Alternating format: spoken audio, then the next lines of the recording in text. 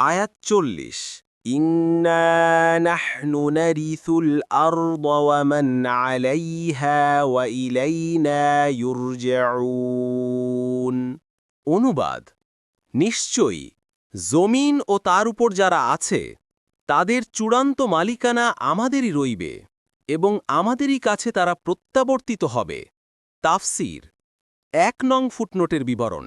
এ আয়াতে মহান আল্লাহ ঘোষণা করেছেন, জমিন ও এতে যা আছে সব কিছুরই চূড়ান্ত ওয়ারিশ তিনিই হবেন।